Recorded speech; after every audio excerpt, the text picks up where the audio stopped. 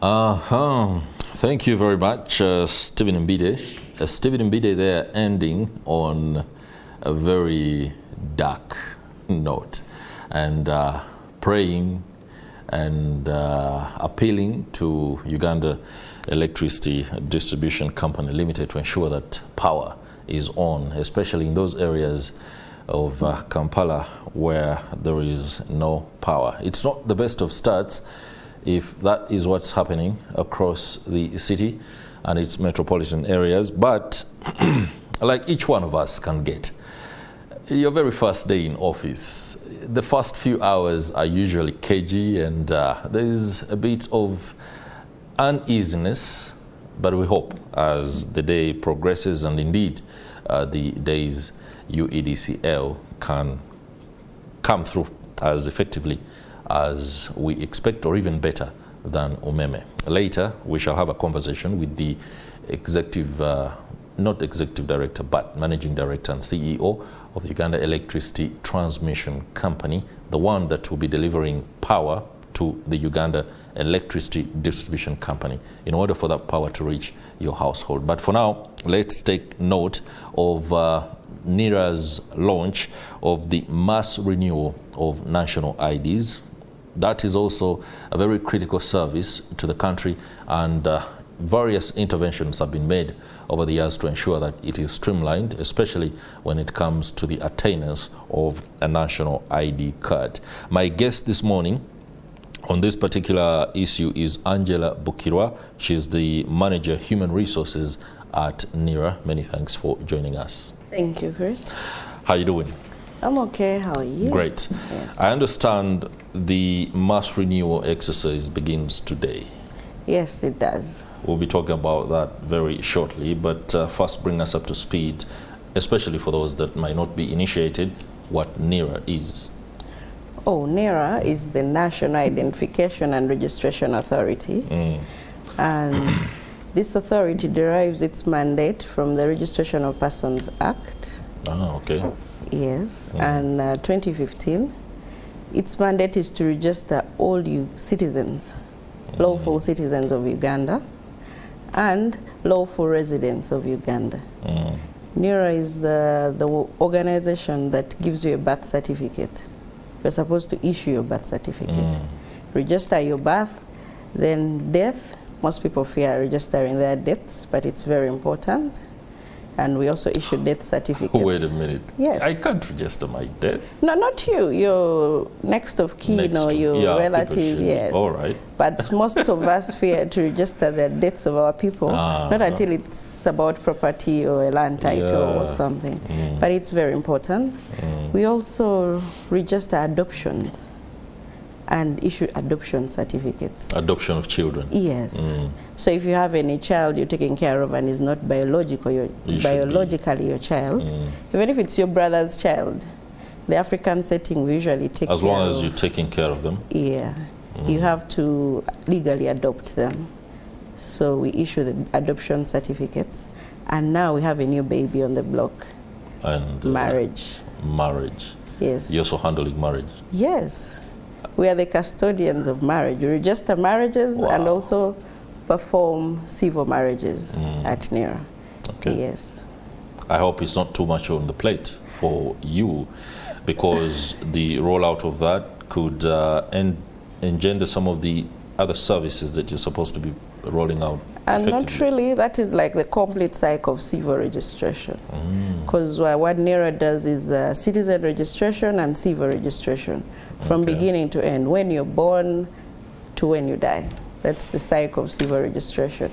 All right. Thank you very much for that preamble. I needed that because many times I may assume that my audience is well aware of NIRA and what your mandate is, when actually some of them might want a little bit of clarity on that.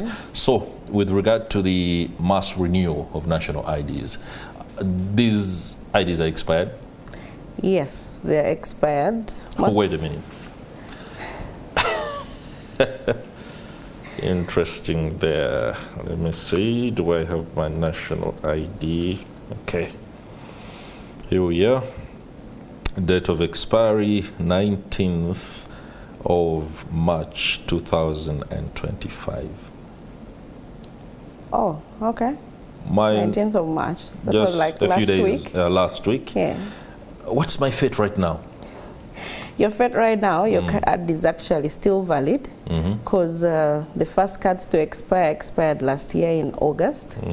And the minister published a gazette, and the validity of the card was extended for 1 year. For 1 year. Yes. So mine is still on until the 19th of March 2026.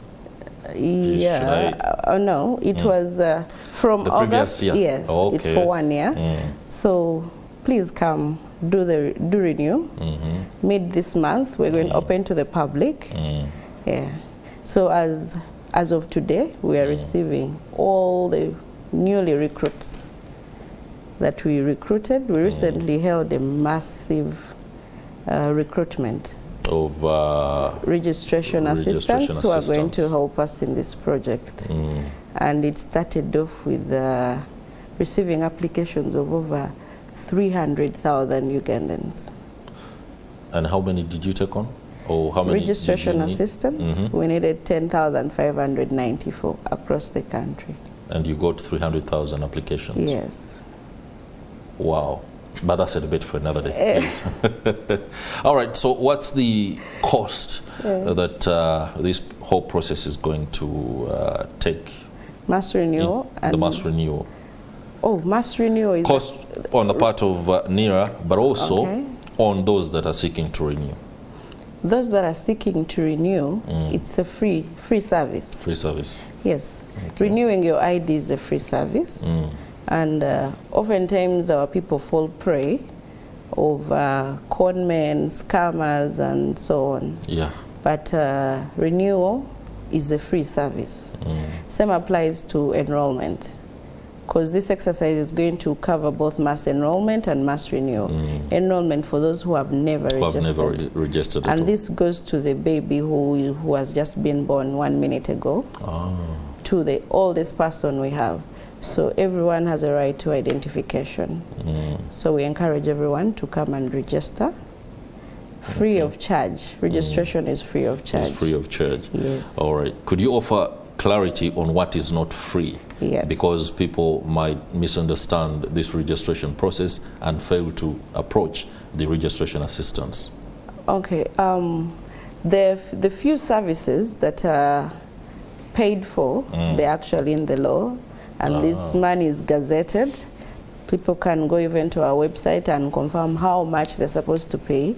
That is, if you, for example, you've renewed your card and you lose it. Now replacement comes at a fee. Replacement of that card comes at a fee of 50,000 for a lost card. But when you damage the card, it comes at a fee of 200,000.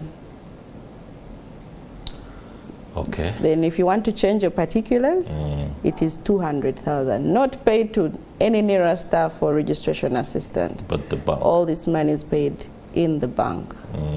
Yes, all we need is a receipt to confirm your payment. That's it. And we also have our other NIRA services that are paid for in the bank. Those are birth certificates. Depending on your age, the price ranges from free. There are people who, there's a category that gets free certificates. Yeah. The refugees, and 0 to 6 months.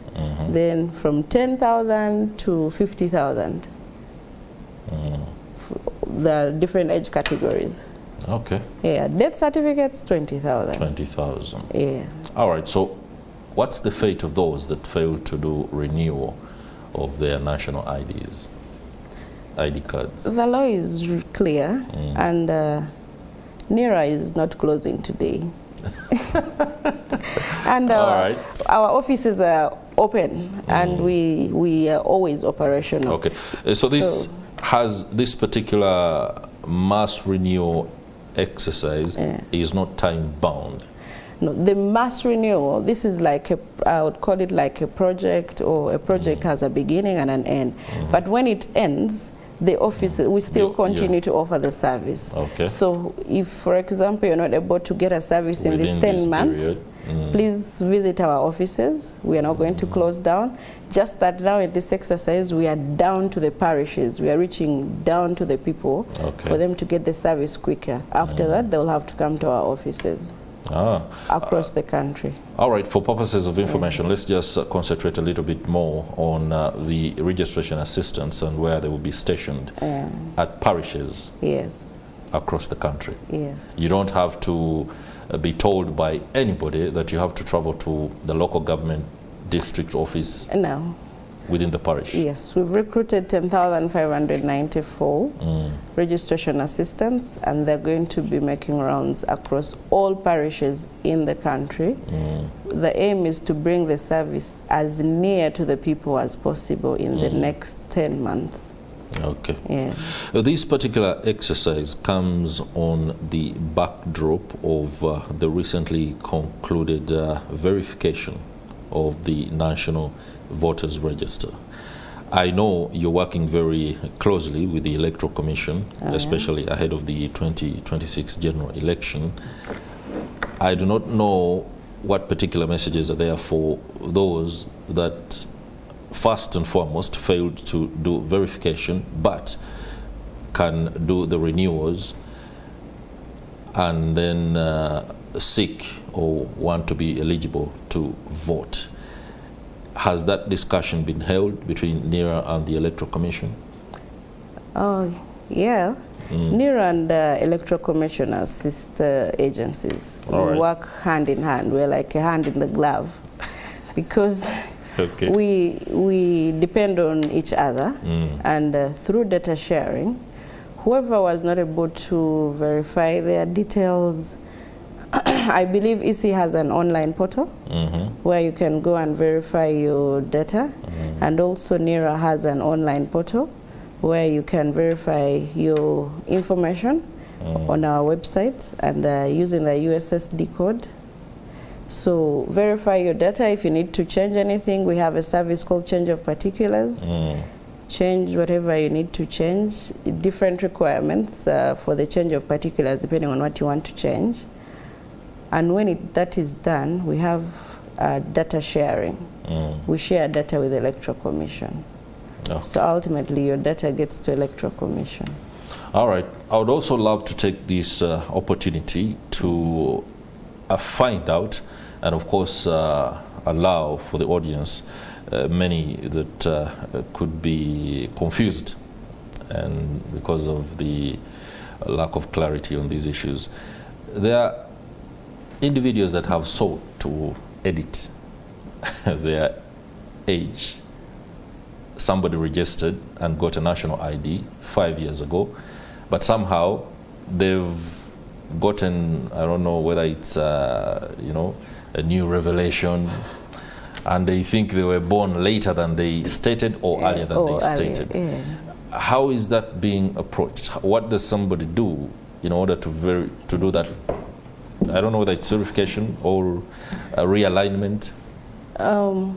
Like I mentioned earlier, there's that service called change of particulars in NIRA, where you're free to change any information on your national ID and on the national register.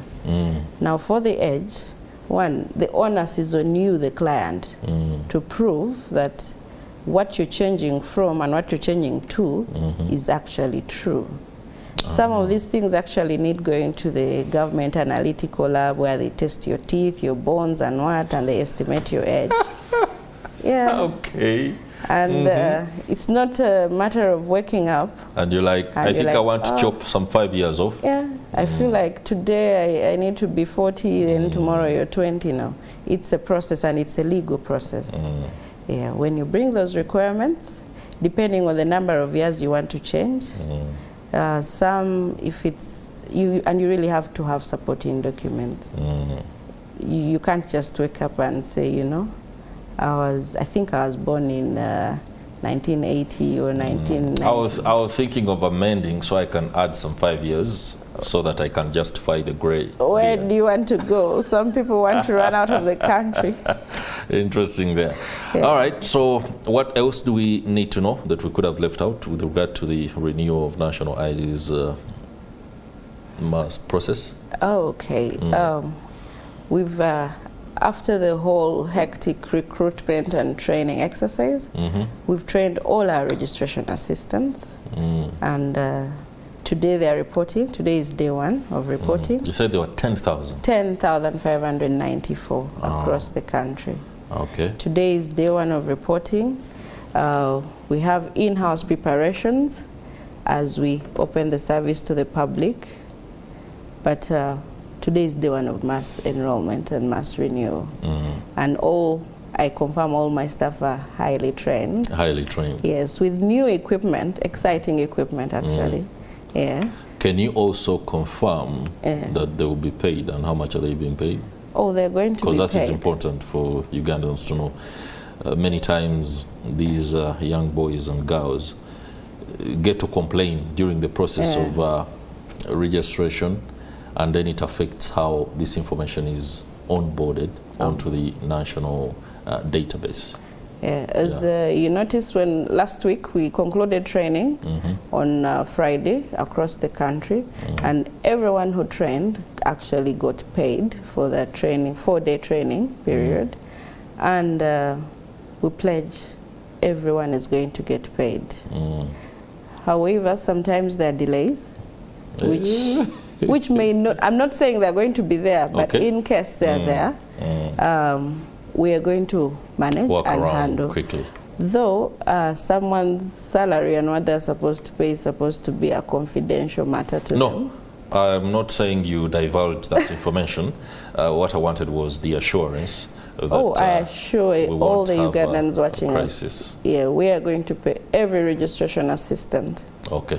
Yes. The very last question, and this one is more like a prayer. There is a tendency for institutions and agencies, as you're trying to go about either registering for one thing or the other, to act as though there is absolutely no connection between the various agencies. I would, for example, love, if I'm approaching Uganda Revenue Authority for anything, the information that I have with NIRA must be readily available for URA, not for URA to begin to tell me to again go and bring forth a set of documents that, of course, is already available with NIRA. I feel your pain. Yeah, that is really painful, and it eats up a lot of time. Yes. For some, it causes depression. Oh, really? Yeah. Okay. Like I told you, one of our mandates is actually to share data with the different government agencies, ministries, MDAs, and all that. So I think we're moving forward with the use of with the technology that we have at the moment. Okay. Through the third-party interfaces and what. That's why you see these days, by the time you go to URA, the moment they input your NIN, it brings your TIN, your everything, and all that. When you go for passport, you just give your national ID. And it gives you that. Yeah, it is a work in progress. Ultimately, at some point, we are going to reach all agencies, but that is one of our mandates, and we're supposed to share that data, and we assure you we shall get there. Okay. Yeah. All right. Thank you very much, Angela Bukira, Manager Human Resources at NIRA, for the perspective and sharing that information that should no doubt inform you on how you go about renewing your national ID card. It's been a pleasure hosting you on Morning at NTV. Thank you, Chris. All right, let's go for a short break. Later, we shall be speaking to the former Minister for Energy, Simon Dujang, and his perspective on the developments in the industry is pretty much highly anticipated. And in our Kickstarter discussion that is coming up shortly, we are going to be talking to Joshua Karamaji, the MD and CEO at the Uganda Electricity Transmission Company Limited, the one that is going to be holding the Uganda Electricity Distribution Company Limited in distributing the power to you at your household. Stay with us. We'll be right back.